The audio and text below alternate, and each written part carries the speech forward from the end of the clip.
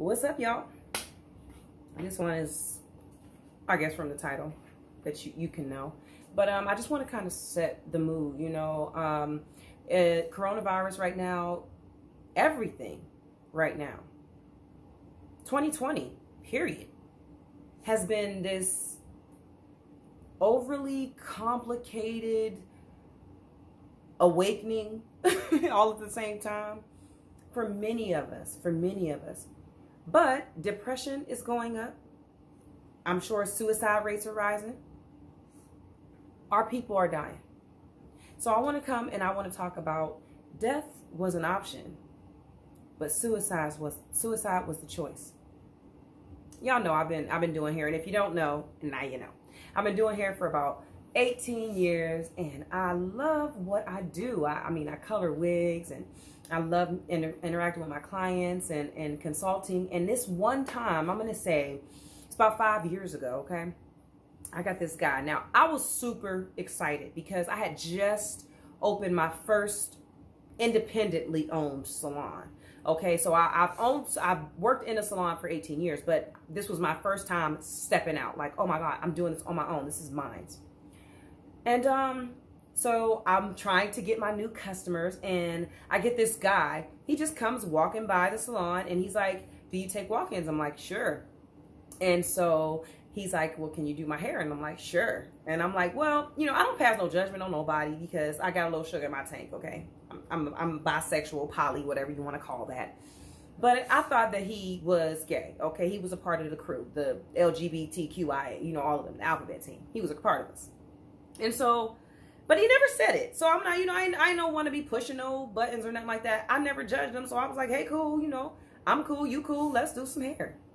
So I did his hair, and oh man, he had the most beautiful hair. When I tell you, okay, he had a keratin treatment.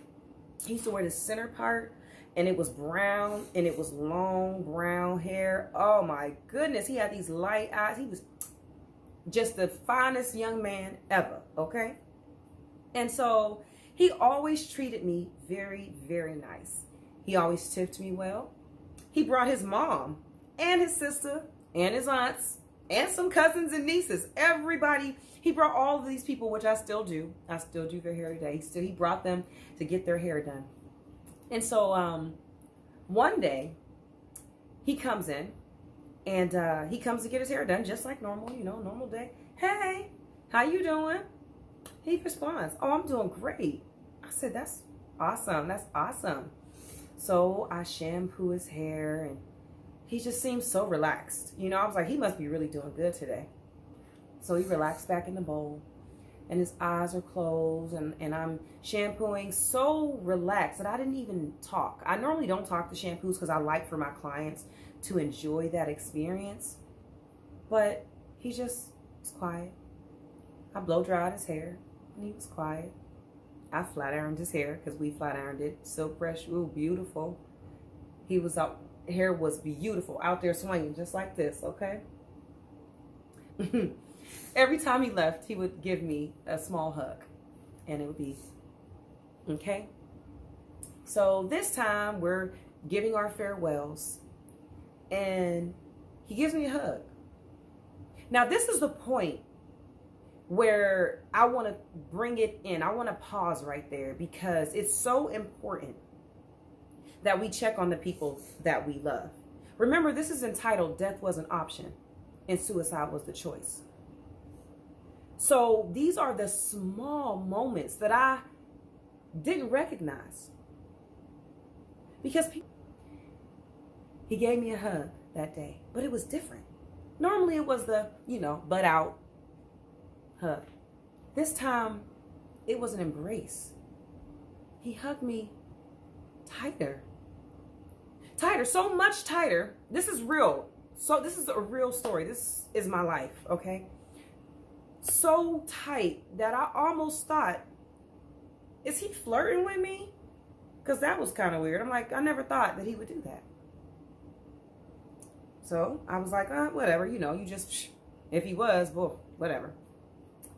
I go home that night, tend to my children, get everybody ready for bed. And when I get up in that morning, I get a phone call from one of the sisters. And I'm like, hey girl, how you doing? Because that's my ski low. You know, I'm pretty upbeat most times. And she says, oh, I don't know today. And I could hear it in her voice. And I say, well, what's going on? She says, Rayshawn, he's gone. I'm like, well, what do you mean? Did he go back? Because he lived out of town. I'm like, did he go back out of town? He just left? And she said, no, Rayshawn. He's gone. He committed suicide. He took his own life. And he gave me a hug before he left.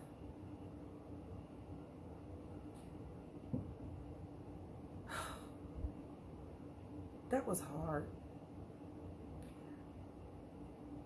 The people who you think are just okay, you should be checking on your people. You know what I mean? If you confused by a hug, ask a question. Because he came and got his hair done. He said goodbye to me. And he went home and took his life.